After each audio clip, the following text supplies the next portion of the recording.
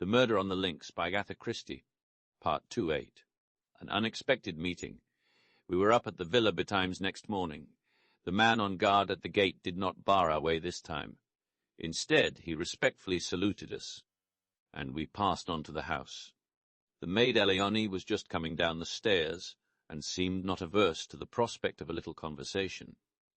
Poirot inquired after the health of Mrs. Reynolds. Eleone shook her head. She is terribly upset, la pauvre dame. She will eat nothing but nothing, and she is as pale as a ghost. It is heart-rending to see her. Ah, par exemple, it is not I who would grieve like that for a man who had deceived me with another woman. Poirot nodded sympathetically. What you say is very just, but what will you? The heart of a woman who loves will forgive many blows. Still, undoubtedly there must have been many scenes of recrimination between them in the last few months. Again Eleone shook her head. Never, monsieur. Never have I heard Madame utter a word of protest, of reproach even. She had the temper and disposition of an angel. Quite different to Monsieur Dodd. Monsieur Reynolds had not the temper of an angel. Far from it. When he enraged himself, the whole house knew of it. The day that he quarrelled with Jack. Ma foi! They might have been heard in the market-place. They shouted so loud. Indeed, said Poirot. And when did this quarrel take place? Oh, it was just before Jack went to Paris. Almost he missed his train. He came out of the library and caught up his bag which he had left in the hall. The automobile. It was being repaired, and he had to run for the station. I was dusting the salon, and I saw him pass, and his face was white, with 2 burning spots of red. Ah, but he was angry. Eleone was enjoying her narrative thoroughly. And the dispute, what was it about? Ah, that I do not know, confessed Eleone. It is true that they shouted, but their voices were so loud and high, and they spoke so fast, that only one well acquainted with English could have comprehended. But, monsieur, he was like a thundercloud all day. Impossible to please him. The sound of a door shutting upstairs cut short Eleone's loquacity. And Françoise, who awaits me, she exclaimed, awakening to a tardy remembrance of her duties. That old one. She always scolds. One moment, mademoiselle. The examining magistrate, where is he? They have gone out to look at the automobile in the garage. Monsieur the commissary had some idea that it might have been used on the night of the murder. Quelle idée? Murmured Poirot, as the girl disappeared. You will go out and join them? No. I shall await their return in the salon. It is cool there on this hot morning. This placid way of taking things did not quite commend itself to me. If you don't mind, I said, and hesitated. Not in the least. You wish to investigate on your own account, eh? Well, I'd rather like to have a look at Giraud, if he's anywhere about, and see what he's up to. The human foxhound, murmured Poirot, as he leaned back in a comfortable chair and closed his eyes. By all means, my friend. Au revoir. I strolled out of the front door. It was certainly hot. I turned up the path we had taken the day before. I had a mind to study the scene of the crime myself. I did not go directly to the spot, however, but turned aside into the bushes, so as to come out on the links some 100 yards or so further to the right. If Giraud was still on the spot, I wanted to observe his methods before he knew of my presence. But the shrubbery here was much denser, and I had quite a struggle to force my way through. When I emerged at last on the course, it was quite unexpectedly, and with such vigour that I cannoned heavily into a young lady who had been standing with her back to the plantation. She not unnaturally gave a suppressed shriek, but I, too, uttered an exclamation of surprise. For it was my friend of the train, Cinderella. The surprise was mutual. You, we both exclaimed simultaneously. The young lady recovered herself first. My only aunt, she exclaimed. What are you doing here? For the matter of that, what are you? I retorted. When last I saw you, the day before yesterday, you were trotting home to England like a good little boy. Have they given you a season ticket to and fro on the strength of your MP? I ignored the end of the speech. When last I saw you, I said, you were trotting home with your sister, like a good little girl.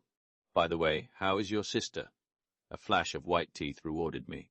How kind of you to ask. My sister is well. I thank you. She is here with you.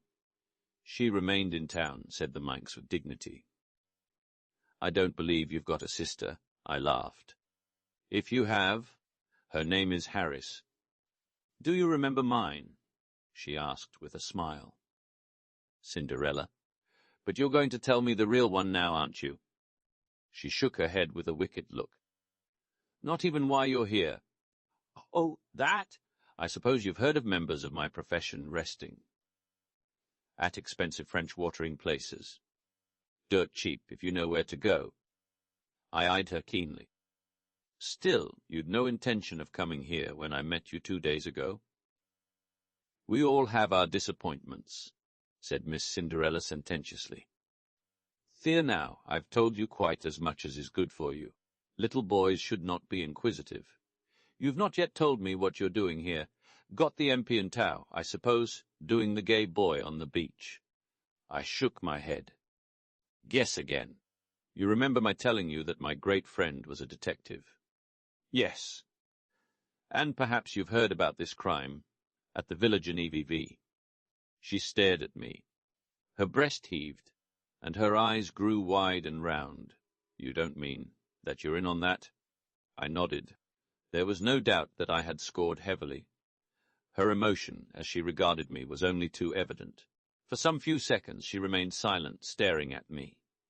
Then she nodded her head emphatically. Well, if that doesn't beat the band, tote me round. I want to see all the horrors. What do you mean? What I say. Bless the boy, didn't I tell you I doted on crimes? What do you think I'm imperiling my ankles for in high-heeled shoes over this stubble? I've been nosing round for hours. Tried the front way in, but that old stick in the mud of a French gendarme wasn't taking any. I guess Helen of Troy and Cleopatra and Mary, Queen of Scots, rolled in one wouldn't cut ice with him. It's a real piece of luck happening on you this way. Come on, show me all the sights. Oh, but look here. Wait a minute, I can't. Nobody's allowed in. They're awfully strict. Aren't you and your friend the big bugs? I was loath to relinquish my position of importance. Why are you so keen? I asked weakly. And what is it you want to see? Oh, everything. The place where it happened, and the weapon, and the body, and any fingerprints, or interesting things like that. I've never had a chance of being right in on a murder like this before. It'll last me all my life. I turned away sickened. What were women coming to nowadays? The girl's girlish excitement nauseated me. I had read of the mobs of women who besieged the law courts when some wretched man was being tried for his life on the capital charge. I had sometimes wondered who these women were. Now I knew. They were of the likeness of Cinderella, young yet obsessed with a yearning for morbid excitement, for sensation at any price, without regard to any decency or good feeling. The vividness of the girl's beauty had attracted me in spite of myself, yet at heart I retained my first impression of disapproval and dislike. I thought of my mother, long since dead. What would she have said of this strange modern product of girlhood? The pretty face with the paint and powder, and the gullish mind behind. Comb off your high horse, said the lady suddenly. And don't give yourself airs. When you got called to this job, did you put your nose in the air and say it was a nasty business and you wouldn't be mixed up in it? No, but if you'd been here on a holiday, wouldn't you be nosing round just the same as I am? Of course you would. I'm a man. You're a woman. Your idea of a woman is someone who gets on a chair and shrieks if she sees a mouse. That's all prehistoric. But you will show me round, won't you? You see, it might make a big difference to me. In what way? They're keeping all the reporters out. I might make a big scoop with one of the papers. You don't know how much they pay for a bit of inside stuff." I hesitated. She slipped a small soft hand into mine. "Please, there's a dear," I capitulated. Secretly, I knew that I should rather enjoy the part of showman. After all, the moral attitude displayed by the girl was none of my business. I was a little nervous as to what the examining magistrate might say, but I reassured myself by the reflection that no harm could possibly be done. We repaired first to the spot where the body had been discovered. A man was on guard there, who saluted respectfully, knowing me by sight, and raised no question as to my companion. Presumably he regarded her as vouched for by me. I explained to Cinderella just how the discovery had been made, and she listened attentively, sometimes putting an intelligent question. Then we turned our steps in the direction of the villa.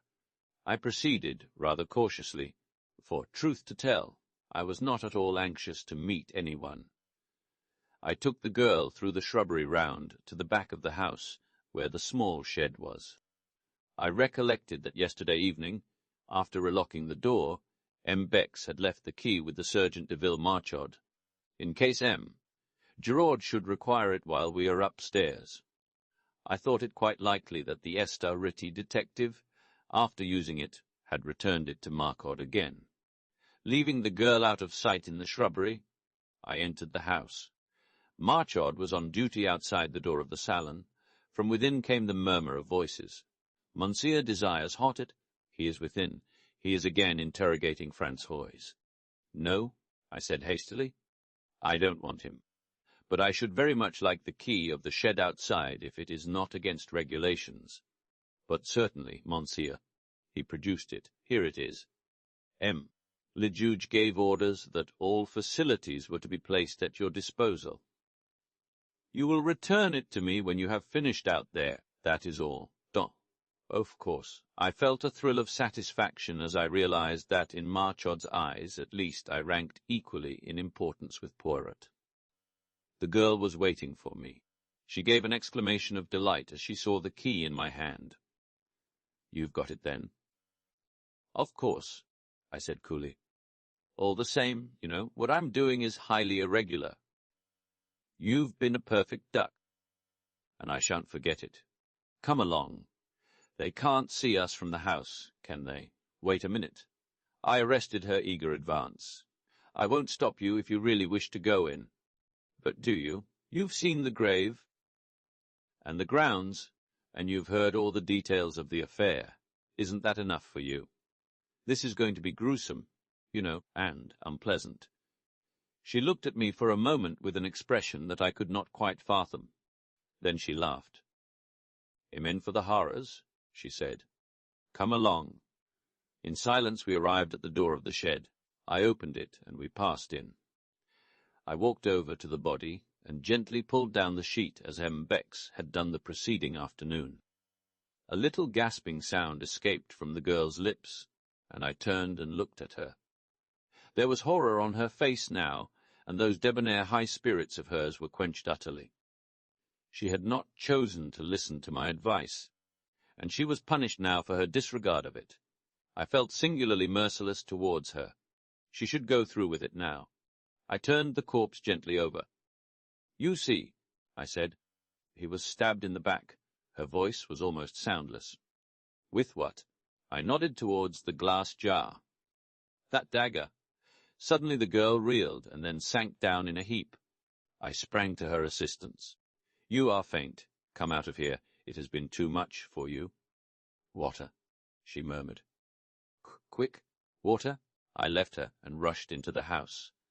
Fortunately, none of the servants were about, and I was able to secure a glass of water unobserved and add a few drops of brandy from a pocket flask. In a few minutes I was back again. The girl was lying as I had left her, but a few sips of the brandy and water revived her in a marvelous manner. "Take me out of here. Oh, quickly, quickly," she cried, shuddering. Supporting her with my arm, I led her out into the air, and she pulled the door to behind her. Then she drew a deep breath. "That's better." "Oh, it was horrible. Why did you ever let me go in?" I felt this to be so feminine that I could not forbear a smile. Secretly, I was not dissatisfied with her collapse. It proved that she was not quite so callous as I had thought her. After all, she was little more than a child, and her curiosity had probably been of the unthinking order. "I did my best to stop you, you know," I said gently. "I suppose you did. Well, goodbye." "Look here, you can't start off like that, all alone. You're not fit for it. I insist on accompanying you back to Merlinville." "Nonsense. I'm quite all right now. Supposing you felt faint again." "No, I shall come with you." But this she combated with a good deal of energy. In the end, however, I prevailed so far as to be allowed to accompany her to the outskirts of the town. We retraced our steps over our former route, passing the grave again, and making a detour on to the road. Where the first straggling line of shops began, she stopped and held out her hand. "Goodbye, and thank you ever so much for coming with me. Are you sure you're all right now?" "Quite, thanks. I hope you won't get into any trouble over showing me things." I disclaimed the idea lightly. "Well, goodbye." "Au revoir," I corrected. "If you're staying here, we shall meet again." She flashed a smile at me. "That's so. Au revoir, then. Wait a second, you haven't told me your address?" "Oh, I'm staying at the Hotel du Fer. It's a little place, but quite good. Come and look me up tomorrow." "I will," I said, with perhaps rather unnecessary empressement. I watched her out of sight, then turned and retraced my steps to the villa. I remembered that I had not relocked the door of the shed. Fortunately, no one had noticed the oversight, and turning the key, I removed it and returned it to the Sergeant de Ville. And, as I did so, it came upon me suddenly that though Cinderelle had given me her address, I still did not know her name. Nime. Gerard finds some clues. In the salon I found the examining magistrate busily interrogating the old gardener Auguste. Poirot and the commissary, who were both present, greeted me respectively with a smile and a polite bow. I slipped quietly into a seat. Hartet was painstaking and meticulous in the extreme, but did not succeed in eliciting anything of importance. The gardening gloves Auguste admitted to be his. He wore them when handling a certain species of primula plant, which was poisonous to some people. He could not say when he had worn them last. Certainly he had not missed them. Where were they kept? Sometimes in one place, sometimes in another. The spade was usually to be found in the small tool shed. Was it locked? Of course it was locked. Where was the key kept? Parbleu, it was in the door, of course. There was nothing of value to steal. Who would have expected a party of bandits, of assassins? Such things did not happen in Madame la Vicomtesse's time. Hartet signifying that he had finished with him, the old man withdrew, grumbling to the last. Remembering Poirot's unaccountable insistence on the footprints in the flower beds, I scrutinized him narrowly as he gave his evidence. Either he had nothing to do with the crime, or he was a consummate actor. Suddenly, just as he was going out of the door, an idea struck me. "Pardon, Mem Hartet," I cried, "but will you permit me to ask him one question?" "But certainly, Monsieur." Thus encouraged, I turned to Auguste. "Where do you keep your boots?" "Sachet papier," growled the old man. "Where else?" "But when you go to bed at night." "Under my bed." "But who cleans them?" "Nobody." "Why should they be cleaned?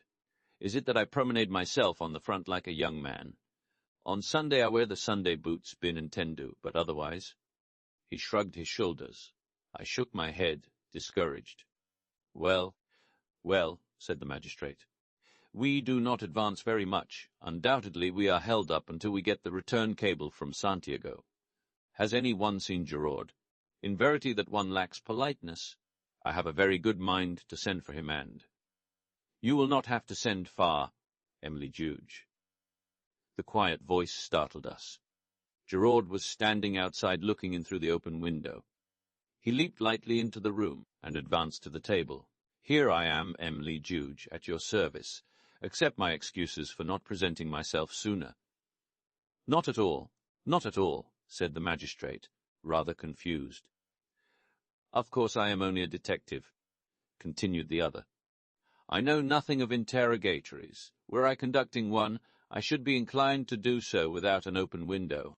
Anyone standing outside can so easily hear all that passes. But no matter."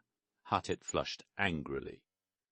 There was evidently going to be no love lost between the examining magistrate and the detective in charge of the case. They had fallen foul of each other at the start.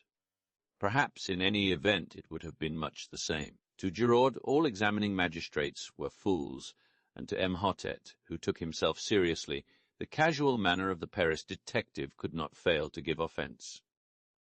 "Ibem, Giraud," said the magistrate rather sharply. "Without doubt you have been employing your time to a marvel. You have the names of the assassins for us, have you not? And also the precise spot where they find themselves now." Unmoved by this irony, Giraud replied, "I know at least where they have come from." Comment. Giraud took two small objects from his pocket and laid them down on the table. We crowded round. The objects were very simple ones, the stub of a cigarette and an unlighted match. The detective wheeled round on Poirot. "What do you see there?" he asked. There was something almost brutal in his tone. It made my cheeks flush, but Poirot remained unmoved. He shrugged his shoulders. "A cigarette end and a match? And what does that tell you?" Poirot spread out his hands. "It tells me nothing." "Nothing," said Giraud in a satisfied voice. "You haven't made a study of these things. That's not an ordinary match. Not in this country, at least. It's common enough in South America. Luckily, it's unlighted. I mightn't have recognized it otherwise." Evidently one of the men threw away his cigarette end and lit another, spilling one match out of the box as he did so. "And the other match?" asked Poirot. "Which match?" "The one he did light his cigarette with. You have found that also." "Number?" "Perhaps you didn't search very thoroughly." "Not search thoroughly." For a moment it seemed as though the detective were going to break out angrily, but with an effort he controlled himself. "I see you love a joke, M. Poirot. But in any case, match or no match, the cigarette end would be sufficient. It is a South American cigarette with licorice pectoral paper." Poirot bowed.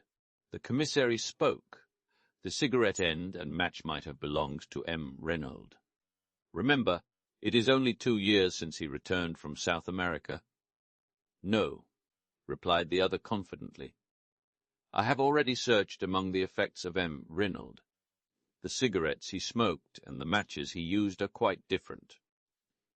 "You do not think it odd," asked Poirot, "that these strangers should come unprovided with a weapon, with gloves, with a spade, and that they should so conveniently find all these things?" Giraud smiled in a rather superior manner. "Undoubtedly it is strange. Indeed, without the theory that I hold, it would be inexplicable." "Aha," said M. "An accomplice?" "An accomplice within the house." "Or outside it," said Giraud with a peculiar smile. "But someone must have admitted them. We cannot allow that, by an unparalleled piece of good fortune, they found the door ajar for them to walk in." "Tu dis, could Emily judge?" "The door was opened for them, but it could just as easily be opened from outside, by someone who possessed a key." "But who did possess a key?" Giraud shrugged his shoulders. "As for that, no one who possesses one is going to admit the fact if they can help it. But several people might have had one. M. Jack Renaud, the son, for instance. It is true that he is on his way to South America, but he might have lost the key or had it stolen from him. Then there is the gardener. He has been here many years. One of the younger servants may have a lover. It is easy to take an impression of a key and have one cut. There are many possibilities. Then there is another person who, I should judge, is exceedingly likely to have such a thing in her keeping." "Who is that?" "Madame d'Aubriel," said the detective dryly. "Eh," said the magistrate, his face falling a little. "So you have heard about that, have you?" "I hear everything," said Giraud imperturbably. "There is one thing I could swear you have not heard," said M. Hortet, delighted to be able to show superior knowledge, and without more ado, he retailed the story of the mysterious visitor the night before. He also touched on the cheek made out Duveen, and finally handed Giraud the letter signed Bella. Giraud listened in silence, studied the letter attentively, and then handed it back. All very interesting, M. le Juge, but my theory remains unaffected. And your theory is? For the moment I prefer not to say. Remember, I am only just beginning my investigations. Oh. Tell me one thing, M. Giraud, said Poirot suddenly. Your theory allows for the door being opened. It does not explain why it was left open. When they departed, would it not have been natural for them to close it behind them? If a Sergeant de Ville had chanced to come up to the house, as is sometimes done to see that all is well, they might have been discovered and overtaken almost at once. They forgot it. A mistake, I grant you. Then, to my surprise, Poirot uttered almost the same words as he had uttered to Bex the previous evening. I do not agree with you. The door being left open was the result of either design or necessity, and any theory that does not admit that fact is bound to prove vain. We all regarded the little man with a good deal of astonishment. The confession of ignorance drawn from him over the match-end had, I thought, been bound to humiliate him, but here he was self-satisfied as ever, laying down the law to the great Giraud without a tremor. The detective twisted his moustache, eyeing my friend in a somewhat bantering fashion. You don't agree with me, eh? Well, what strikes you particularly about the case? Let's hear your views. One thing presents itself to me as being significant. Tell me, M. Giraud, does nothing strike you as familiar about this case? Is there nothing it reminds you of? Familiar? Reminds me of? I can't say offhand. I don't think so, though. You are wrong, said Poirot quietly. A crime almost precisely similar has been committed before. When and where? That, unfortunately, I cannot for the moment remember, but I shall do so. I had hoped you might be able to assist me. Giraud snorted incredulously. There have been many affairs of masked men. I cannot remember the details of them all. These crimes all resemble each other more or less. There is such a thing as the individual touch. Poirot suddenly assumed his lecturing manner and addressed us collectively. I am speaking to you now of the psychology of crime. M. Giraud knows quite well that each criminal has his particular method, and that the police, when called in to investigate, say a case of burglary, can often make a shrewd guess at the offender simply by the peculiar method he has employed. A Jap would tell you the same, Hastings. Man is an unoriginal animal. Unoriginal within the law in his daily respectable life, equally unoriginal outside the law. If a man commits a crime, any other crime he commits will resemble it closely. The English murderer who disposed of his wives in succession by drowning them in their baths was a case in point. Had he varied his methods, he might have escaped detection to this day. But he obeyed the common dictates of human nature, arguing that what had once succeeded would succeed again, and he paid the penalty of his lack of originality. And the point of all this, sneered Giraud, that when you have two crimes precisely similar in design and execution, you find the same brain behind them both. I am looking for that brain, M. Giraud, and I shall find it. Here we have a true clue, a psychological clue. You may know all about cigarettes and match-ends, M. Giraud, but I, Hercule Poirot, know the mind of man. And the ridiculous little fellow tapped his forehead with emphasis. Giraud remained singularly unimpressed. For your guidance, continued Poirot, I will also advise you of one fact which might fail to be brought to your notice. The wrist-watch of Madame Renaud, on the day following the tragedy, had gained 2 hours. It might interest you to examine it. Giraud stared. Perhaps it was in the habit of gaining. As a matter of fact, I am told it did. Bien. Then, all the same, 2 hours is a good deal, said Poirot softly. Then there is the matter of the footprints in the flower bed. He nodded his head towards the open window. Gerard took 2 eager strides. This bed here. Yes. But I see no footprints. No, said Poirot, straightening a little pile of books on a table. There are none. For a moment an almost murderous rage obscured Gerard's face. He took 2 strides towards his tormentor, but at that moment the salon door was opened, and Marchard announced. M. Stoner, the secretary, has just arrived from England. May he enter? 10. Gabriel Stoner. The man who entered the room was a striking figure, very tall, with a well-knit athletic frame, and a deeply bronzed face and neck. He dominated the assembly. Even Gerard seemed anemic beside him. When I knew him better, I realized that Gabriel Stoner was quite an unusual personality. English by birth, he had knocked about all over the world. He had shot big game in Africa, traveled in Korea, ranched in California, and traded in the South Sea Islands. He had been secretary to a New York railway magnate, and had spent a year encamped in the desert with a friendly tribe of Arabs. His unerring eye picked out M. Hortet. The examining magistrate in charge of the case. Pleased to meet you, M. Le Juge. This is a terrible business. How's Mrs. Reynolds? Is she bearing up fairly well? It must have been an awful shock to her. Terrible, terrible, said M. Hortet. Permit me to introduce M. Bex, our commissary of police, M. Gerard of the SORT. This gentleman is M. Hercule Poirot. M. Reynolds sent for him, but he arrived too late to do anything to avert the tragedy. A friend of M. Poirot's, Captain Hastings. Stoner looked at Poirot with some interest. Sent for you, did he? You did not know, then, that Reynolds contemplated calling in a detective? Interposed M. Bex. No, I didn't, but it doesn't surprise me a bit. Why? Because the old man was rattled. I don't know what it was all about. He didn't confide in me. We weren't on those terms. But Rattley wasn't badly. Hatcham, said M. Hortet. But you have no notion of the cause.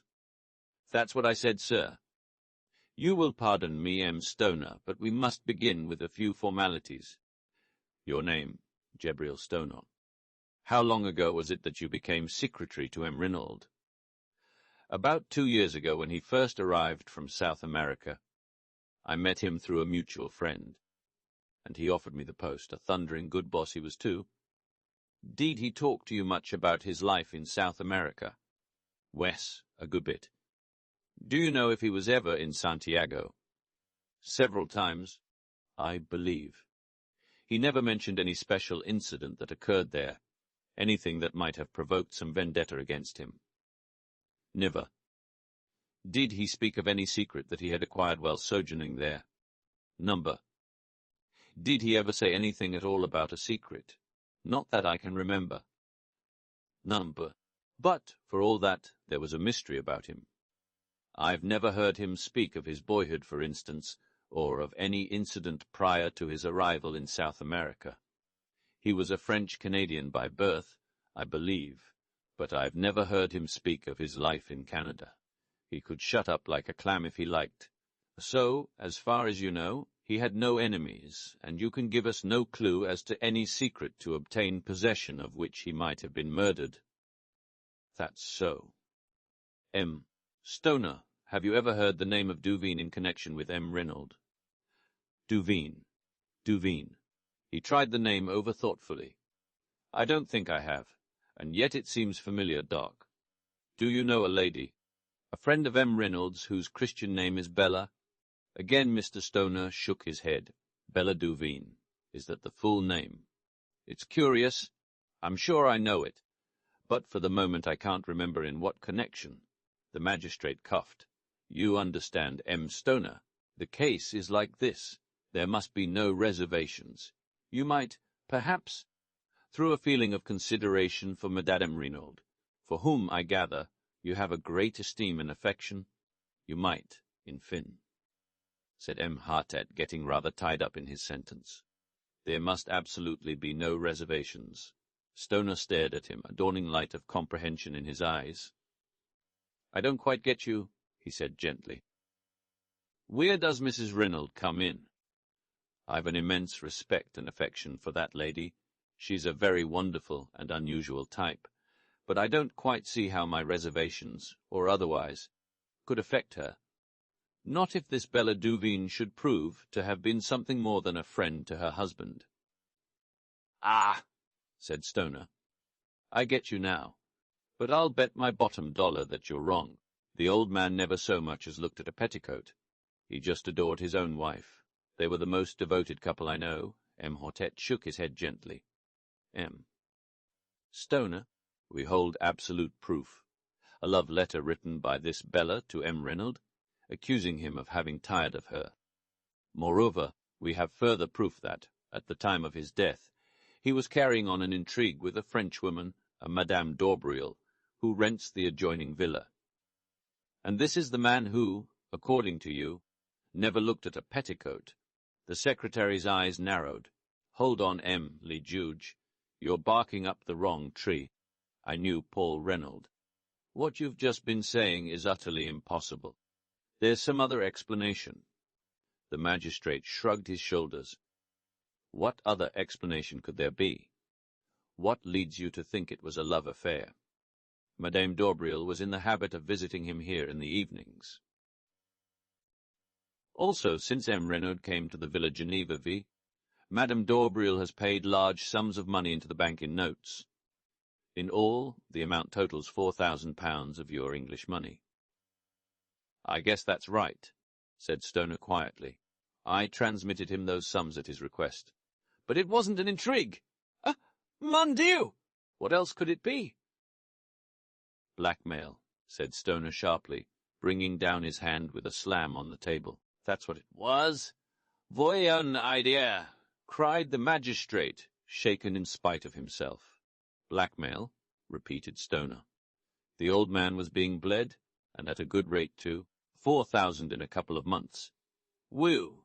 I told you just now there was a mystery about Reynolds. Evidently this Madame d'Aubriel knew enough of it to put the screws on." "It is possible," the commissary cried excitedly. "Decidedly it is possible. Possible," roared Stoner. "It's certain. Tell me, have you asked Mrs. Reynolds about this love affair stunt of yours?" "No, monsieur. We did not wish to occasion her any distress if it could reasonably be avoided." "Distress? Why, she'd laugh in your face. I tell you, she and Reynolds were a couple in 100. "Ah, that reminds me of another point," said Hortet. "Did Reynolds take you into his confidence at all as to the dispositions of his will?" "I know all about it. Took it to the lawyer for him after he'd drawn it out. I can give you the name of his solicitors if you want to see it. They've got it there. Quite simple. Half in trust to his wife for her lifetime, the other half to his son. A few legacies. I rather think he left me 1,000. One was this will drawn up. About a year and a half ago. Would it surprise you very much, Stoner, to hear that Reynolds had made another will less than a fortnight ago?" Stoner was obviously very much surprised. "I'd no idea of it. What's it like?" "The whole of his vast fortune is left unreservedly to his wife. There is no mention of his son." "Monsieur." Stoner gave vent to a prolonged whistle. "I call that rather rough on the lad. His mother adores him, of course, but to the world at large it looks rather like a want of confidence on his father's part. It will be rather galling to his pride. Still, it all goes to prove what I told you, that Reynolds and his wife were on first-rate terms." Quite so," said Hortet. "It is possible we shall have to revise our ideas on several points. We have, of course, cabled to Santiago, and are expecting a reply from there any minute. In all possibility, everything will then be perfectly clear and straightforward. On the other hand, if your suggestion of blackmail is true, Madame d'Aubriel ought to be able to give us valuable information."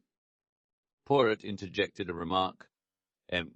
Stoner, the English chaff your masters, had he been long with Reynolds?" "Over a year." "Have you any idea whether he has ever been in South America?" "I'm quite sure he hasn't." "Before coming to Mr. Reynolds?" He had been for many years with some people in Gloucestershire whom I know well. In fact, you can answer for him as being above suspicion. Absolutely. Poirot seemed somewhat crestfallen. Meanwhile the magistrate had summoned Marchard. My compliments to Madame Renaud, and I should be glad to speak to her for a few minutes. Beg her not to disturb herself. I will wait upon her upstairs. Marchard saluted and disappeared. We waited some minutes, and then, to our surprise, the door opened, and Mrs. Renaud, deathly pale in her heavy mourning, entered the room. Hortet brought forward a chair, uttering vigorous protestations, and she thanked him with a smile. Stonor was holding one hand of hers in his with an eloquent sympathy. Words evidently failed him. Mrs. Renaud turned to Hortet. "You wish to ask me something, Emily Judge?" "With your permission, madame. I understand your husband was a French-Canadian by birth. Can you tell me anything of his youth or upbringing?" She shook her head. "My husband was always very reticent about himself, monsieur. He came from the northwest, I know, but I fancy that he had an unhappy childhood, for he never cared to speak of that time. Our life was lived entirely in the present and the future. Was there any mystery in his past life?" Mrs. Renaud smiled a little and shook her head. "Nothing so romantic, I am sure, Emily Judge." Hortet also smiled. "True, we must not permit ourselves to get melodramatic. There is one thing more." He hesitated. Stoner broke in impetuously. "They've got an extraordinary idea into their heads, Mrs. Renaud. They actually fancy that Mr. Rangingald was carrying on an intrigue with a Madame d'Aubriel who, it seems, lives next door." The scarlet colour flamed into Mrs. Renaud's cheeks. She flung her head up, then bit her lip, her face quivering. Stoner stood looking at her in astonishment, but Bex leaned forward and said gently, "We regret to cause you pain, madame, but have you any reason to believe that Madame d'Aubriel was your husband's mistress?" With a sob of anguish, Mrs. Renaud buried her face in her hands. Her shoulders heaved convulsively. At last she lifted her head and said brokenly, "She may have been. Never in all my life have I seen anything to equal the blank amazement on Stoner's face. He was thoroughly taken aback." 11. Jack Renaud. What the next development of the conversation would have been, I cannot say, for at that moment the door was thrown violently open, and a tall young man strode into the room. Just for a moment I had the uncanny sensation that the dead man had come to life again. Then I realized that this dark head was untouched with grey, and that, in point of fact, it was a mere boy who now burst in among us with so little ceremony. He went straight to Mrs. Renaud with an impetuosity that took no heed of the presence of others. "Jadok!" With a cry she folded him in her arms. "My dearest, but what brings you here? You were to sail on the Anzora from Cherbourg 2 days ago."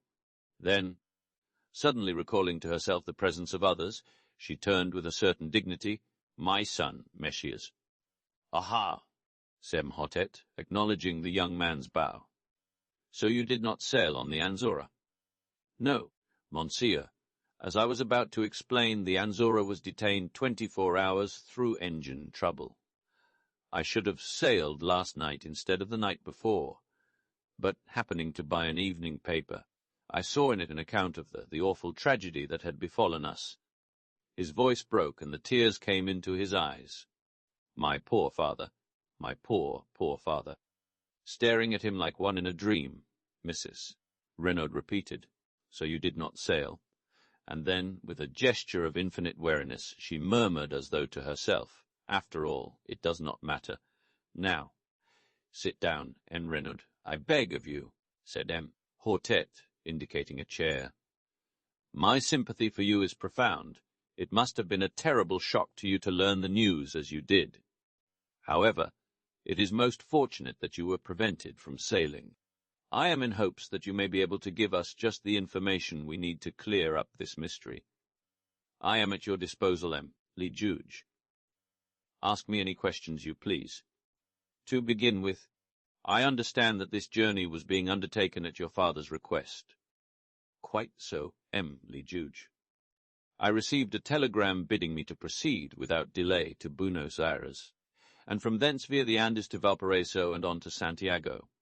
Ah, and the object of this journey, I have no idea, Emily Juge. What? Number C. Here is the telegram. The magistrate took it and read it aloud. Proceed immediately, Cherbourg embark Anzora sailing, tonight Buenos Aires. Ultimate destination Santiago. Further instructions will await you, Buenos Aires.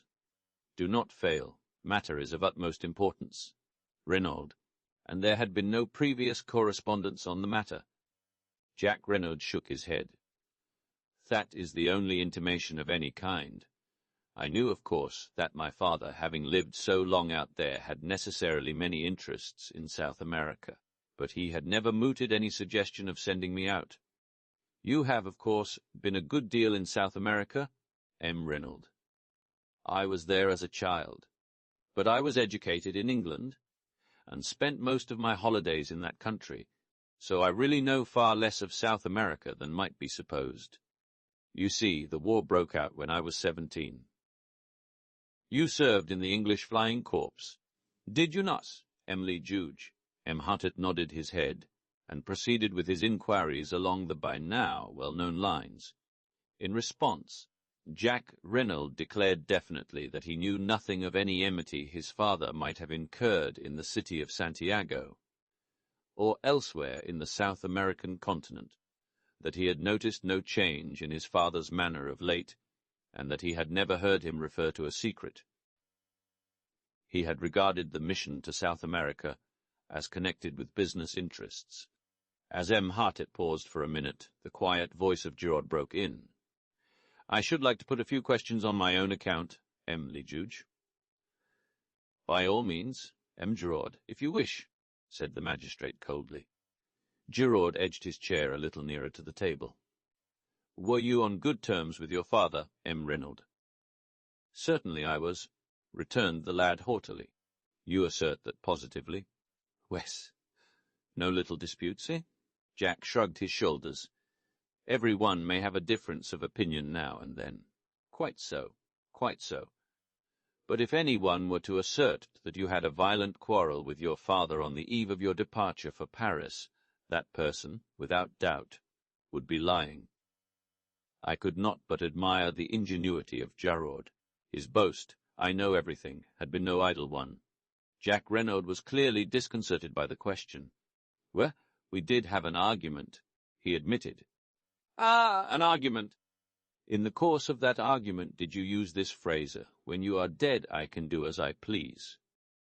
I may have done, muttered the other. I don't know. In response to that, did your father say, But I am not dead yet? To which you responded, To wish you were. The boy made no answer. His hands fiddled nervously with the things on the table in front of him.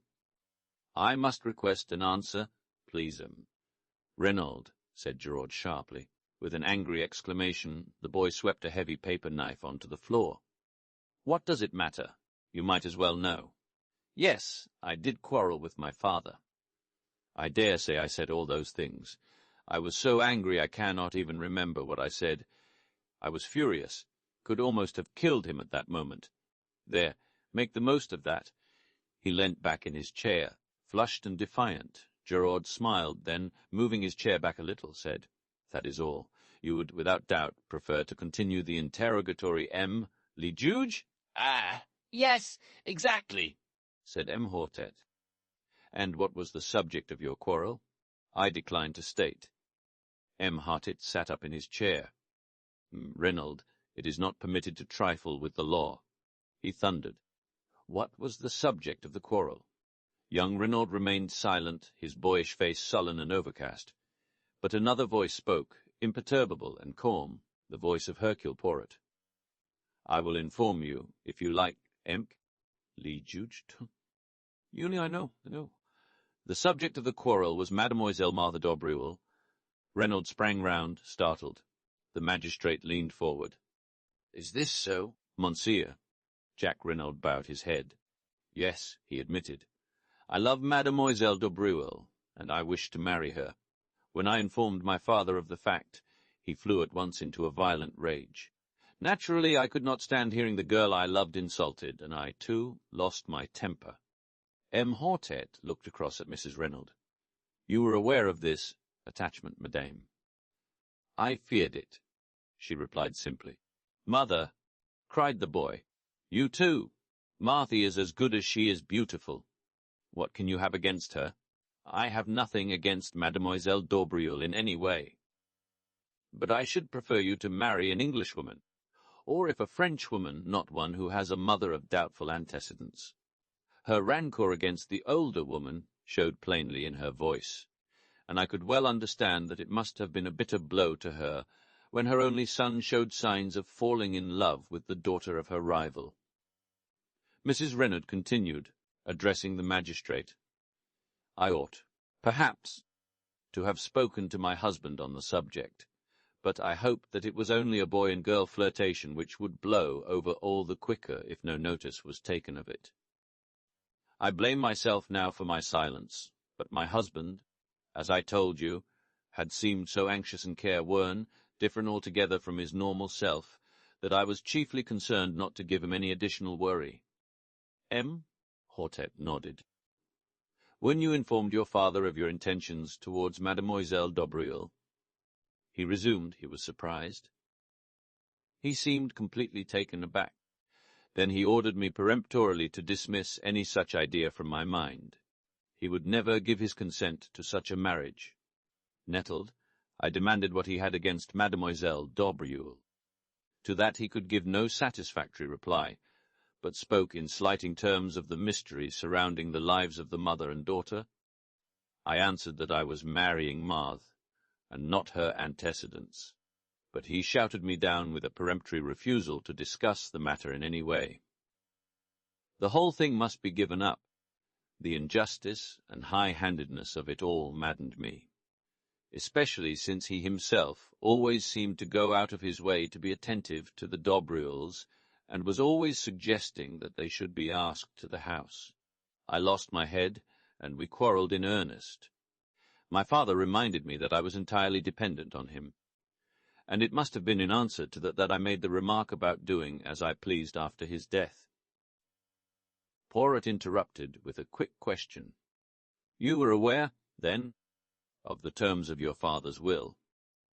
"I knew that he had left half his fortune to me, the other half in trust for my mother to come to me at her death," replied the lad. "Proceed with your story," said the magistrate. "After that we shouted at each other in sheer rage, until I suddenly realized that I was in danger of missing my train to Paris. I had to run for the station, still in a white heat of fury. However, once well away, I calmed down. I wrote to Marthe, telling her what had happened, and her reply soothed me still further. She pointed out to me that we had only to be steadfast, and any opposition was bound to give way at last. Our affection for each other must be tried and proved, and when my parents realized that it was no light infatuation on my part, they would doubtless relent towards us. Of course, to her, I had not dwelt on my father's principal objection to the match. I soon saw that I should do my cause no good by violence. My father wrote me several letters to Paris, affectionate in tone, and which did not refer to our disagreement or its cause, and I replied in the same strain. "You can produce those letters." Said Gerard. "I did not keep them." "No matter," said Detective. Renaud looked at him for a moment, but the magistrate was continuing his questions. "To pass to another matter, are you acquainted with the name of Duveen M. Renaud?" "Duveen," said Jack. "Duveen." He leant forward and slowly picked up the paper knife he had swept from the table. As he lifted his head, his eyes met the watching ones of Gerard. "Duveen? No, I can't say I am. Will you read this letter, M. Renaud, and tell me if you have any idea as to who the person was who addressed it to your father?" Jack Renaud took the letter and read it through, the colour mounting in his face as he did so. Addressed to my father, the emotion and indignation in his tones were evident. "Yes, we found it in the pocket of his coat. Doers." He hesitated, throwing the merest fraction of a glance towards his mother. The magistrate understood. As yet. No. Can you give us any clue as to the writer? I have no idea whatsoever. Hartet sighed. A most mysterious case.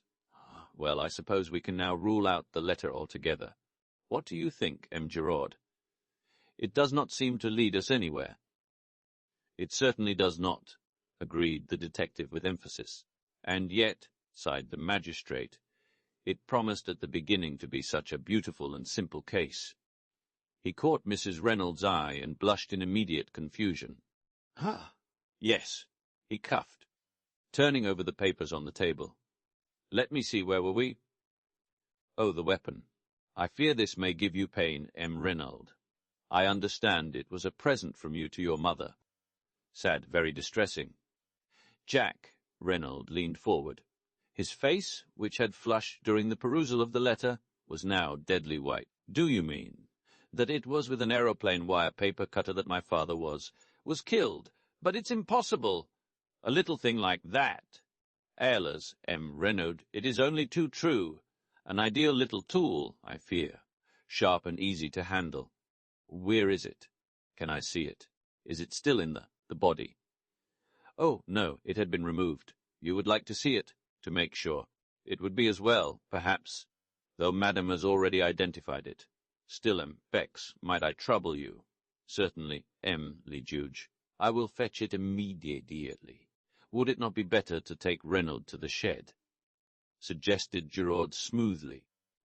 Without doubt he would wish to see his father's body. The boy made a shivering gesture of negation, and the magistrate, always disposed to cross Gerard whenever possible, replied. But not at present. Bex will be so kind as to bring it to us here. The commissary left the room.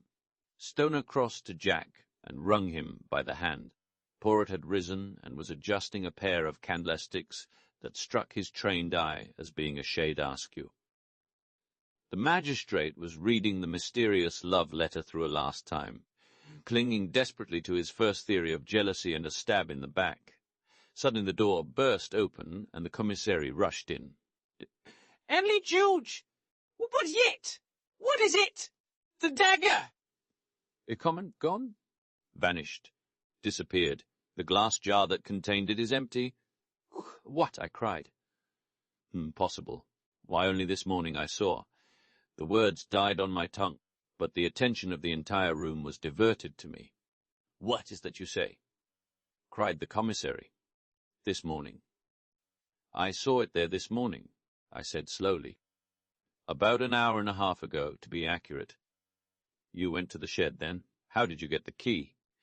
I asked the Sergeant de Ville for it. And you went there. Why? I hesitated, but in the end I decided that the only thing to do was to make a clean breast of it. Le Juge, I said, I have committed a grave fault for which I must crave your indulgence. Of Ben. Proceed. Monsieur, the fact of the matter is, I said, wishing myself anywhere else than where I was, that I met a young lady, an acquaintance of mine. She displayed a great desire to see everything that was to be seen, and well, in short, I took the key to show her the body. Ah, par example, cried the magistrate indignantly. But it is a grave fault you have committed there, Captain Hastings. It is altogether most irregular. You should not have permitted yourself this folly. I know, I said meekly. Nothing that you can say could be too severe, le Juge. You did not invite this lady to come here. Certainly not. I met her quite by accident. She is an English lady who happens to be staying in Merlinville, though I was not aware of that until my unexpected meeting with her. Well, said the magistrate, softening. It was most irregular, but the lady is without doubt young and beautiful, n'est-ce pas? What it is to be young, oh Junis, and he sighed sentimentally. But the commissary, less romantic and more practical, took up the tale. But did not you reclose and lock the door when you departed? That's just it, I said slowly. That's what I blame myself for so terribly. My friend was upset at the sight. She nearly fainted.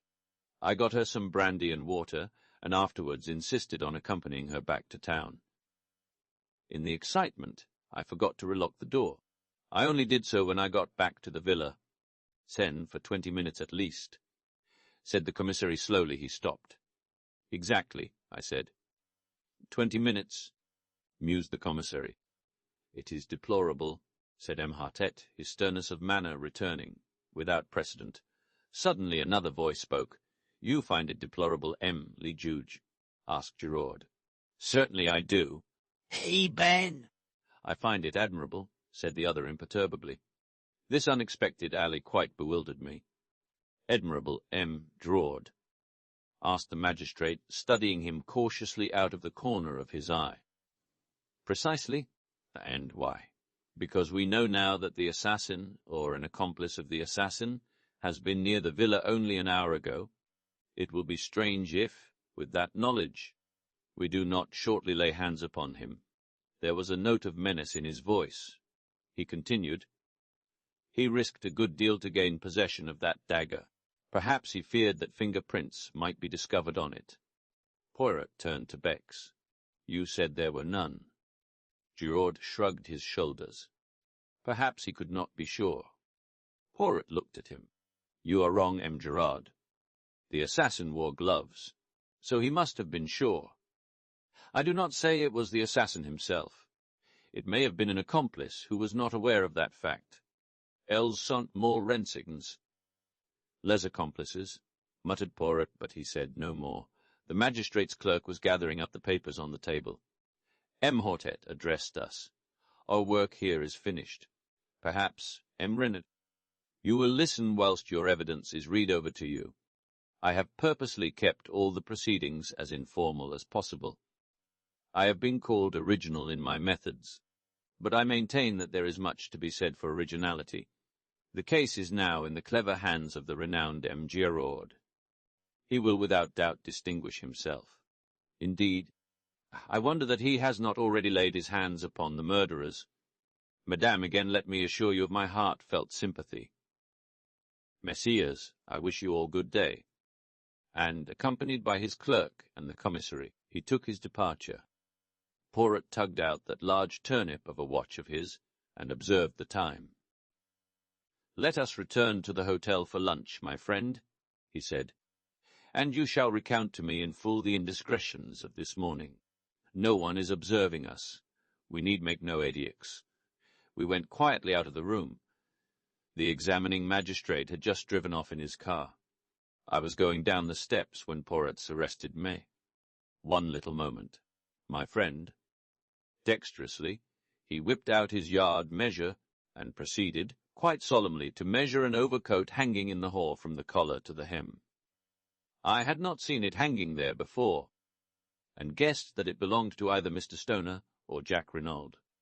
Then, with a little satisfied grunt, Poirot returned the measure to his pocket, and followed me out into the open air. 12. Poirot elucidates certain points. "Why did you measure that overcoat?" I asked with some curiosity, as we walked down the hot white road at a leisurely pace. "Parbleu, to see how long it was," replied my friend imperturbably. I was vexed. Poirot's incurable habit of making a mystery out of nothing never failed to irritate me. I relapsed into silence, and followed a train of thought of my own. Although I had not noticed them specially at the time, certain words Mrs. Renaud had addressed to her son now recurred to me, fraught with a new significance. "So you did not sail," she had said, and then had added, "After all, it does not matter now." What had she meant by that? The words were enigmatical, significant. Was it possible that she knew more than we supposed? She had denied all knowledge of the mysterious mission with which her husband was to have entrusted his son. But was she really less ignorant than she pretended? Could she enlighten us if she chose? And was her silence part of a carefully thought-out and preconceived plan? The more I thought about it, the more I was convinced that I was right. Mrs. Renaud knew more than she chose to tell. In her surprise at seeing her son, she had momentarily betrayed herself. I felt convinced that she knew, if not the assassins, at least the motive for the assassination. But some very powerful considerations must keep her silent. You think profoundly, my friend, remarked Poirot, breaking in upon my reflections. What is it that intrigues you so? I told him, sure of my ground, though feeling expectant that he would ridicule my suspicions. But to my surprise he nodded thoughtfully. You are quite right, Hastings. From the beginning I have been sure that she was keeping something back. At first I suspected her, if not of inspiring, at least of conniving at the crime. You suspected her. I cried. But certainly she benefits enormously. In fact, by this new will, she is the only person to benefit. So, from the start, she was singled out for attention. You may have noticed that I took an early opportunity of examining her wrists. I wished to see whether there was any possibility that she had gagged and bound herself. I saw at once that there was no fake. The cords had actually been drawn so tight as to cut into the flesh. That ruled out the possibility of her having committed the crime single-handed. But it was still possible for her to have connived at it, or to have been the instigator with an accomplice. Moreover, the story, as she told it, was singularly familiar to me. The masked men that she could not recognize, the mention of the secret. I had heard or read all these things before. Another little detail confirmed my belief that she was not speaking the truth. The wrist-watch, Hastings. Again that wrist-watch. Poirot was eyeing me curiously. You see, mon ami, you comprehend. I replied with some ill-humour. I neither see nor comprehend. You make all these confounded mysteries, and it's useless asking you to explain. You always like keeping everything up your sleeve to the last minute. Do not enrage yourself, my friend, said Poirot with a smile. I will explain if you wish, but not a word to Giraud, chest and tendu. He treats me as an old one of no importance, we shall see. In common fairness I gave him a hint. If he does not choose to act upon it, that is his own lookout. I assured Poirot that he could rely upon my discretion. Siest bien, let us then employ our little grey cells. Tell me, my friend, at what time, according to you, did the tragedy take place? At 2 o'clock or thereabouts? I said, astonished. You remember? Mrs. Renaud told us that she heard the clock strike while the men were in the room. Exactly, and on the strength of that, you, the examining magistrate, Bex, and every one else accept the time without further question. But I, Hercule Poirot, say that Madame Renaud lied. The crime took place at least 2 hours earlier. But the doctors. They declared, after examination of the body, that death had taken place between 10 and 7 hours previously. Mon ami, for some reason, it was imperative that the crime should seem to have taken place later than it actually did.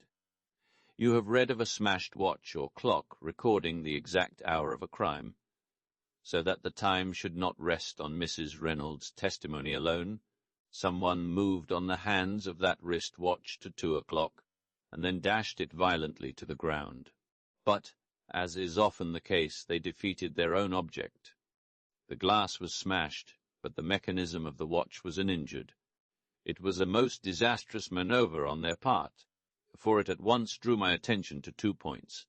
First, that Madame Renaud was lying. Secondly, that there must be some vital reason for the postponement of the time. But what reason could there be? That is the question. There we have the whole mystery.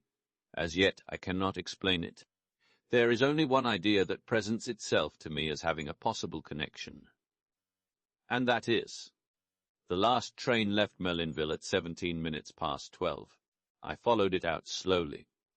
So that, the crime apparently taking place some 2 hours later, anyone leaving by that train would have an unimpeachable alibi. Perfect, Hastings. You have it. I sprang up. But we must inquire at the station. Surely they cannot have failed to notice 2 foreigners who left by that train. We must go there at once. You think so, Hastings? Of course. Let us go there now. Poirot restrained my ardour with a light touch upon the arm. Go by all means if you wish, mon ami, But if you go, I should not ask for particulars of two foreigners." I stared, and he said rather impatiently, "Lou, you do not believe all that rigmarole, do you? The masked men and all the rest have set Histoire Lel." His words took me so much aback that I hardly knew how to respond. He went on serenely, "You heard me say to Giraud, did you not, that all the details of this crime were familiar to me? Ibeen, that presupposes one of two things. Either the brain that planned the first crime also planned this one, or else an account read of a cause célèbre unconsciously remained in our assassin's memory and prompted the details. I shall be able to pronounce definitely on that after." He broke off. I was revolving sundry matters in my mind. "But Mr. Reynolds' letter? It distinctly mentions a secret in Santiago." "Undoubtedly there was a secret in Reynolds' life. There can be no doubt of that. On the other hand, the word Santiago, to my mind, is a red herring, dragged continually across the track to put us off the scent. It is possible that it was used in the same way on M. Reynolds, to keep him from directing his suspicions into a quarter nearer at hand. Oh, be assured, Hastings, the danger that threatened him was not in Santiago. It was near at hand, in France." He spoke so gravely, and with such assurance, that I could not fail to be convinced. But I essayed one final objection. "And the match and cigarette end found near the body? What of them?" A light of pure enjoyment lit up Poirot's face. "Planted, deliberately planted there for Giraud or one of his tribe to find. Ah, he is smart, Giraud. He can do his tricks. So can a good retriever dog. He comes in so pleased with himself. For hours he has crawled on his stomach. 'See what I have found,' he says, and then again to me, 'What do you see here?' Me, I answer, with profound and deep truth, nothing. Then great Giraud, he laughs, he thinks to himself, 'Oh, that he is imbecile, this old one? But we shall see.' But my mind had reverted to the main facts. Then all this story of the masked men is false. What really happened?" Poirot shrugged his shoulders.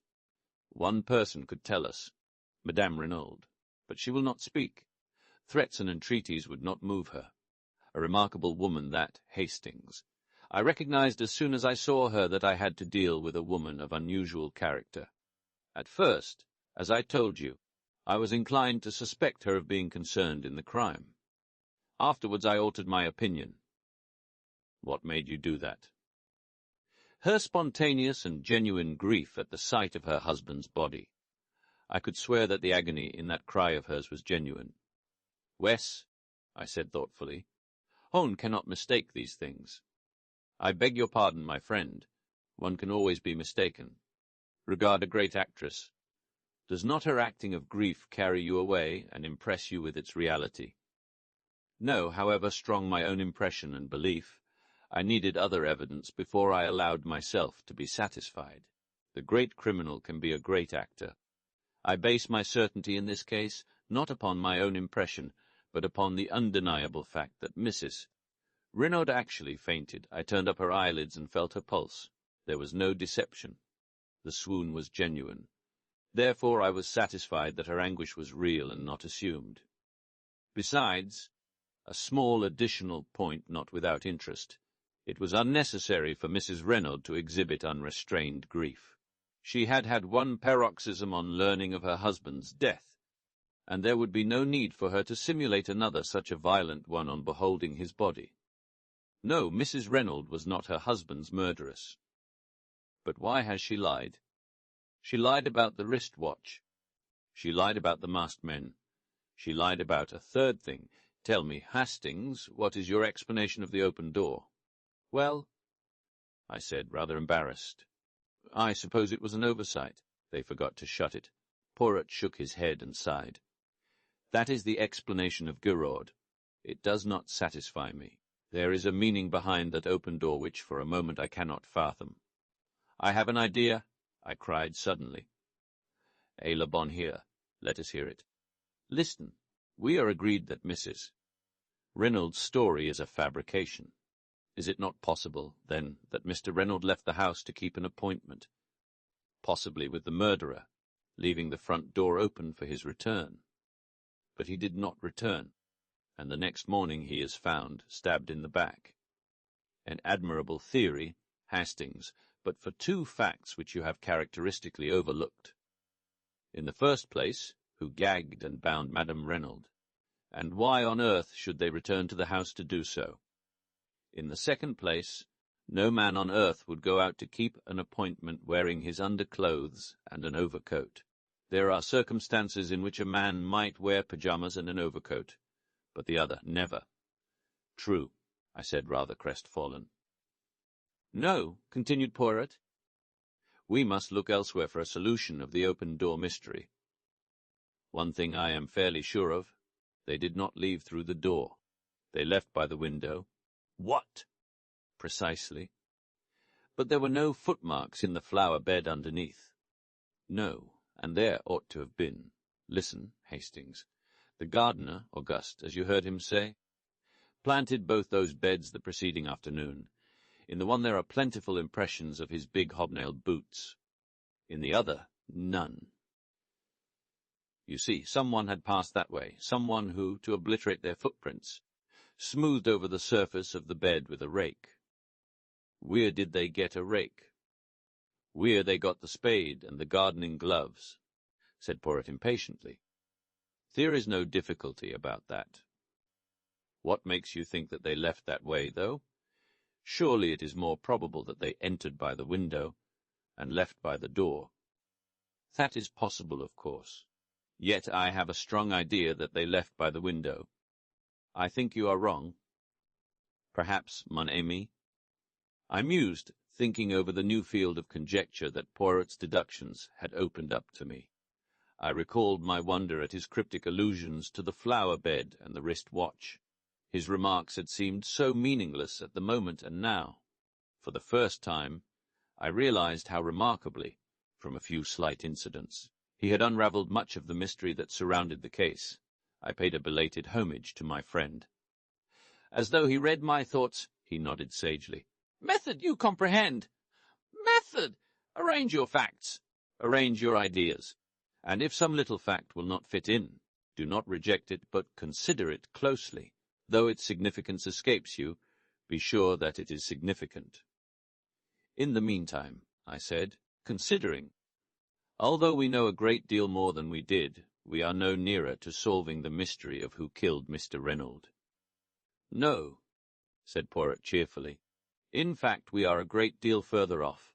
The fact seemed to afford him such peculiar satisfaction that I gazed at him in wonder. He met my eye and smiled. But yes, it is better so. Before, there was at all events a clear theory as to how and by whose hands he met his death. Now that is all gone. We are in darkness. 100 conflicting points confuse and worry us. That is well. That is excellent. Out of confusion comes forth order. But if you find order to start with, if a crime seems simple and above board, a bien many fees vas. It is, how do you say it? Cooked. The great criminal is simple, but very few criminals are great. In trying to cover up their tracks, they invariably betray themselves. Ah, mon ami, I would that some day I could meet a really great criminal, one who commits his crime and then does nothing. Even I, Hercule Poirot, might fail to catch such a one. But I had not followed his words. A light had burst upon me. Poirot. Mrs. Reynolds. I see it now. She must be shielding somebody. From the quietness with which Poirot received my remark, I could see that the idea had already occurred to him. Wes, he said thoughtfully. Shielding someone. Or screening someone, one of the two. I saw very little difference between the two words, but I developed my theme with a good deal of earnestness. Poirot maintained a strictly non-committal attitude, repeating, "It may be. Yes, it may be. But as yet I do not know. There is something very deep underneath all this, you will see. Something very deep." Then, as we entered our hotel, he enjoined silence on me with a gesture. 13. The girl with the anxious eyes. We lunched with an excellent appetite. I understood well enough that Poirot did not wish to discuss the tragedy where we could so easily be overheard. But, as is usual when one topic fills the mind to the exclusion of everything else. No other subject of interest seemed to present itself. For a while we ate in silence, and then Poirot observed maliciously, "Fibain, and your indiscretions, you recount them not." I felt myself blushing. "Oh, you mean this morning?" I endeavoured to adopt a tone of absolute nonchalance. But I was no match for Poirot. In a very few minutes he had extracted the whole story from me, his eyes twinkling as he did so. "Tiens, a story of the most romantic. What is her name? This charming young lady?" I had to confess that I did not know. Still more romantic, the first rencontre in the train from Paris, the second here. Journeys end in lovers' meetings. Is not that the saying? Don't be an ass, Poirot. Yesterday it was Mademoiselle Dobreuil, today it is Mademoiselle. "Cinderella! Decidedly you have the heart of a Turk, Hastings. You should establish a harem. It's all very well to rag me. Mademoiselle Dobreuil is a very beautiful girl, and I do admire her immensely. I don't mind admitting it. The other's nothing. Don't suppose I shall ever see her again. She was quite amusing to talk to just for a railway journey, but she's not the kind of girl I should ever get keen on." "Why, well, it sounds snobbish perhaps, but she's not a lady, not in any sense of the word." Poirot nodded thoughtfully. There was less raillery in his voice as he asked, "You believe, then, in birth and breeding?" "I may be old-fashioned, but I certainly don't believe in marrying out of one's class. It never answers. I agree with you, mon ami. 99 times out of 100 it is as you say, but there is always the 100th time. Still, that does not arise, as you do not propose to see the lady again." His last words were almost a question, and I was aware of the sharpness with which he darted a glance at me. And before my eyes, writ large in letters of fire, I saw the words, "Echtelle du faire," and I heard again her voice saying, "Come and look me up," and my own answering with empressement, "I will." Well, what of it? I had meant to go at the time. But since then, I had had time to reflect. I did not like the girl. Thinking it over in cold blood, I came definitely to the conclusion that I disliked her intensely. I had got hold over the coals for foolishly gratifying her morbid curiosity, and I had not the least wish to see her again. I answered Poirot lightly enough. "She asked me to look her up, but of course I shan't." "Why, of course." "Well, I don't want to, I see." He studied me attentively for some minutes. "Yes, I see very well. And you are wise. Stick to what you have said. That seems to be your invariable advice," I remarked, rather piqued. "My friend, have faith in Papa Poirot. Some day, if you permit, I will arrange you a marriage of great suitability." "Thank you," I said, laughing, "but the prospect leaves me cold." Poirot sighed and shook his head. "Les Anglais," he murmured. "No method. Absolutely none whatever. They leave all to chance." He frowned and altered the position of the salt cellar. "Mademoiselle Cinderella is staying at the Hotel d'Angleterre, you told me, did you not? Number 8 Echtelle du Faire. True. I forgot. A moment's misgiving shot across my mind. Surely I had never mentioned any hotel to Poirot. I looked across at him and felt reassured. He was cutting his bread into neat little squares, completely absorbed in his task. He must have fancied I had told him where the girl was staying. We had coffee outside facing the sea. Poirot smoked one of his tiny cigarettes and then drew his watch from his pocket. "The train to Paris leaves at 2:25, he observed. "I should be starting." "Paris," I cried. "That is what I said. You are going to Paris." "But why?" He replied very seriously. "To look for the murderer of M. Renauld. You think he is in Paris. I am quite certain that he is not. Nevertheless, it is there that I must look for him. You do not understand, but I will explain it all to you in good time. Believe me, this journey to Paris is necessary. I shall not be away long. In all probability I shall return tomorrow. I do not propose that you should accompany me. Remain here and keep an eye on Gerard. also cultivate the society of M. Reynold Phils. And thirdly, if you wish, endeavour to cut him out with Mademoiselle Marthy. But I fear you will not have great success. I did not quite relish the last remark. That reminds me, I said. I meant to ask you how you knew about those two. Mon ami, I know human nature. Throw together a boy young Reynold and a beautiful girl like Mademoiselle Marthy, and the result is almost inevitable. Then, the quarrel. It was money or a woman, and, remembering Lelione's description of the lad's anger, I decided on the latter. So I made my guess, and I was right. And that was why you warned me against setting my heart on the lady. You already suspected that she loved young Reynold. Poirot smiled. At any rate, I saw that she had anxious eyes. That is how I always think of Mademoiselle d'Aubrieux as the girl with the anxious eyes. His voice was so grave that it impressed me uncomfortably. What do you mean by that, Poirot? I fancy, my friend, that we shall see before very long. But I must start. You've oceans of time. Perhaps. But I like plenty of leisure at the station. I do not wish to rush, to hurry, to excite myself. At all events, I said, rising, I will come and see you off. You will do nothing of the sort. I forbid it. He was so peremptory that I stared at him in surprise. He nodded emphatically. I mean it, mon ami. Au revoir. You permit that I embrace you. No, I forget that it is not the English custom. One poignée de main, alors. I felt rather at a loose end after Poirot had left me. I strolled down the beach and watched the bathers without feeling energetic enough to join them. I rather fancied that Cinderella might be disporting herself amongst them in some wonderful costume, but I saw no signs of her. I strolled aimlessly along the sands towards the further end of the town. It occurred to me that, after all, it would only be decent feeling on my part to inquire after the girl, and it would save trouble in the end. The matter would then be finished with.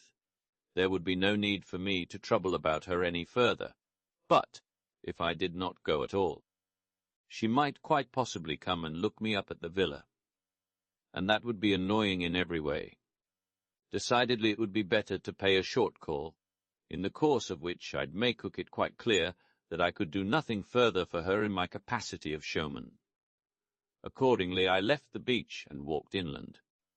I soon found the Hôtel du Fer, a very unpretentious building. It was annoying in the extreme not to know the lady's name, and, to save my dignity, I decided to stroll inside and look around. Probably I should find her in the lounge. Merlinville was a small place. You left your hotel to go to the beach, and you left the beach to return to the hotel. There were no other attractions. There was a casino being built, but it was not yet completed. I had walked the length of the beach without seeing her. Therefore she must be in the hotel. I went in. Several people were sitting in the tiny lounge, but my quarry was not amongst them. I looked into some other rooms, but there was no sign of her. I waited for some time, till my impatience got the better of me. I took the concierge aside, and slipped 5 francs into his hand. I wish to see a lady who is staying here. A young English lady, small and dark. I am not sure of her name. The man shook his head and seemed to be suppressing a grin. There is no such lady as you describe staying here, Go. She is American, possibly, I suggested. These fellows are so stupid. But the man continued to shake his head. No, monsieur. There are only 6 or 7 English and American ladies altogether, and they are all much older than the lady you are seeking. It is not here that you will find her, monsieur. He was so positive that I felt doubts. But the lady told me she was staying here. Monsieur must have made a mistake. Or it is more likely the lady did, since there has been another gentleman here inquiring for her. What is that you say? I cried, surprised. But yes, monsieur, a gentleman who described her just as you have done. What was he like? He was a small gentleman, well dressed, very neat, very spotless, the moustache very stiff, the head of a peculiar shape, and the eyes green. Poirot. So that was why he refused to let me accompany him to the station.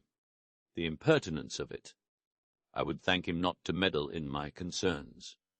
Did he fancy I needed a nurse to look after me? Thanking the man, I departed, somewhat at a loss, and still much incensed with my meddlesome friend. I regretted that he was, for the moment, out of reach. I should have enjoyed telling him what I thought of his unwarranted interference, had I not distinctly told him that I had no intention of seeing the girl. Decidedly, one's friends can be too zealous. But where was the lady? I set aside my wrath and tried to puzzle it out. Evidently, through inadvertence, she had named the wrong hotel. Then another thought struck me. Was it inadvertence? Or had she deliberately withheld her name and given me the wrong address? The more I thought about it, the more I felt convinced that this last surmise of mine was right. For some reason or other she did not wish to let the acquaintance ripen into friendship. And though half an hour earlier this had been precisely my own view, I did not enjoy having the tables turned upon me. The whole affair was profoundly unsatisfactory, and I went up to the Villa Genevieve in a condition of distinct ill-humour. I did not go to the house, but went up the path to the little bench by the shed, and sat there moodily enough. I was distracted from my thoughts by the sound of voices close at hand. In a second or two I realized that they came, not from the garden I was in, but from the adjoining garden of the Villa Marguerite, and that they were approaching rapidly. A girl's voice was speaking, a voice that I recognized as that of the beautiful Marthe. "She irate?" she was saying. "Is it really true? Are all our troubles over?" "You know it, Marthe," Jack Reynolds replied. "Nothing can part us now, beloved. The last obstacle to our union is removed. Nothing can take you from me." "Nothing," the girl murmured. "Oh, Jack, I am afraid." I had moved to depart, realizing that I was quite unintentionally eavesdropping. As I rose to my feet, I caught sight of them through a gap in the hedge. They stood together facing me, the man's arm round the girl, his eyes looking into hers. They were a splendid-looking couple, the dark, well-knit boy, and the fair young goddess. They seemed made for each other as they stood there, happy in spite of the terrible tragedy that overshadowed their young lives.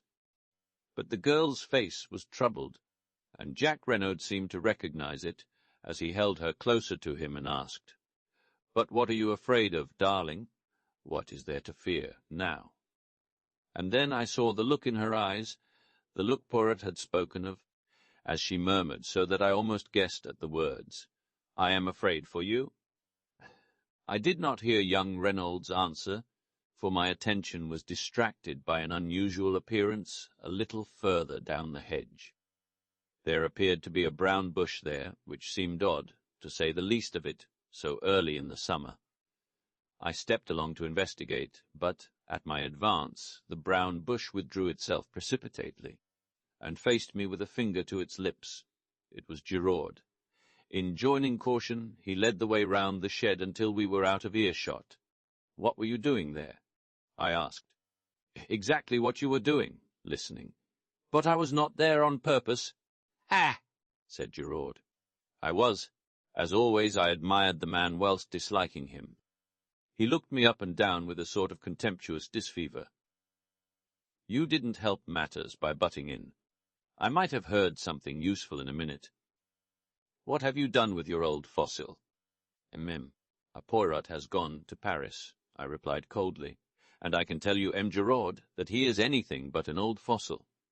He has solved many cases that have completely baffled the English police." "Ah, bah!" "The English police." Giraud snapped his fingers disdainfully. "They must be on a level with our examining magistrates. So he has gone to Paris, has he? Well, a good thing. The longer he stays there, the better. But what does he think he will find there?" I thought I read in the question a tinge of uneasiness. I drew myself up. "That I am not at liberty to say," I said quietly. Giraud subjected me to a piercing stare. "He has probably enough sense not to tell you," he remarked rudely. "Good afternoon. I'm busy." And with that he turned on his heel, and left me without ceremony. Matters seemed at a standstill at the Villa Genevieve. Giraud evidently did not desire my company, and, from what I had seen, it seemed fairly certain that Jack Renaud did not either. I went back to the town, had an enjoyable bath, and returned to the hotel. I turned in early, wondering whether the following day would bring forth anything of interest. I was wholly unprepared for what it did bring forth. I was eating my petit déjeuner in the dining-room when the waiter, who had been talking to someone outside, came back in obvious excitement. He hesitated for a minute, fidgeting with his napkin, and then burst out. "Monsieur will pardon me, but he is connected, is he not, with the affair at the Villa Genevieve?" "Wes," I said eagerly. "What?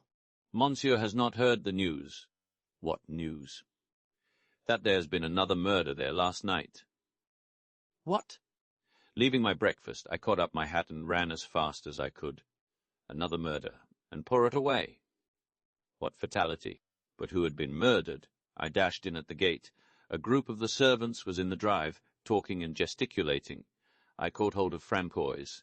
"What has happened?" "Oh, monsieur! "Monsieur, another death?" "It is terrible. There is a curse upon the house. But yes, I say it, a curse. They should send for le curé, to bring some holy water. Never will I sleep another night under that roof. It might be my turn. Who knows?" She crossed herself. "Yes," I cried. "But who has been killed?" "Do I know?" "Me, a man, stranger. They found him up there, in the shed, not 100 yards from where they found poor monsieur. And that is not all. He is stabbed to the heart with the same dagger 14. The second body?" Waiting for no more, I turned and ran up the path to the shed. The 2 men on guard there stood aside to let me pass, and, filled with excitement, I entered. The light was dim, the place was a mere rough wooden erection to keep old pots and tools in. I had entered impetuously, but on the threshold I checked myself.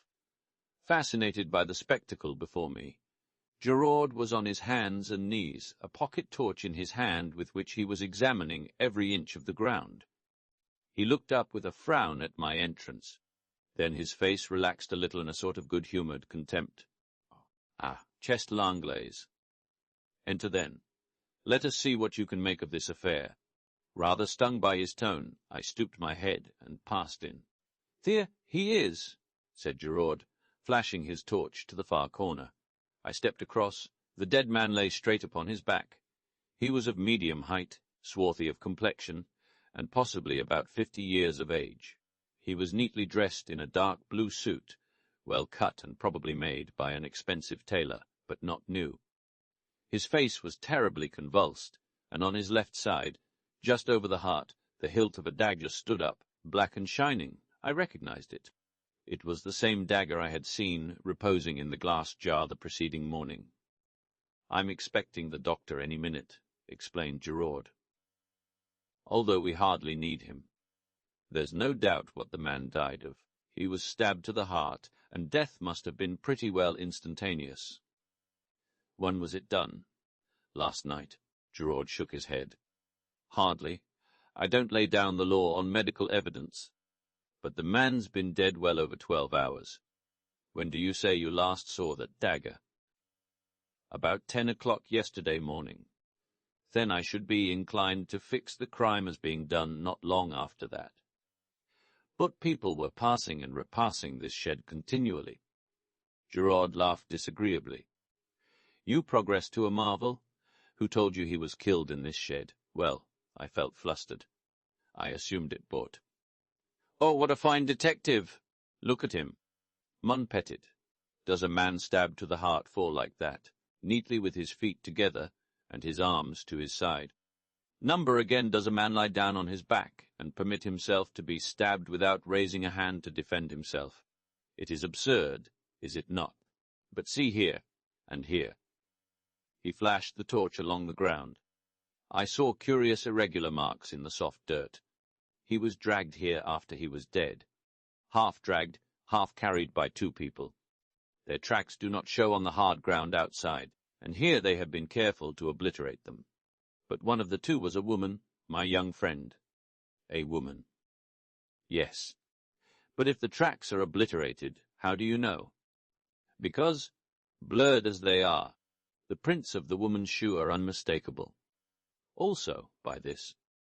And, leaning forward, he drew something from the handle of the dagger and held it up for me to see. It was a woman's long black hair, similar to the one Poirot had taken from the armchair in the library. With a slightly ironic smile, he wound it round the dagger again. "We will leave things as they are as much as possible," he explained. "It pleases the examining magistrate. Ebion, do you notice anything else?" I was forced to shake my head. Look at his hands. I did. The nails were broken and discoloured, and the skin was hard. It hardly enlightened me as much as I should have liked it to have done. I looked up at Gerard. "They are not the hands of a gentleman," he said, answering my look. "On the contrary, his clothes are those of a well-to-do man. That is curious, is it not?" "Very curious," I agreed. "And none of his clothing is marked. What do we learn from that? This man was trying to pass himself off as other than he was.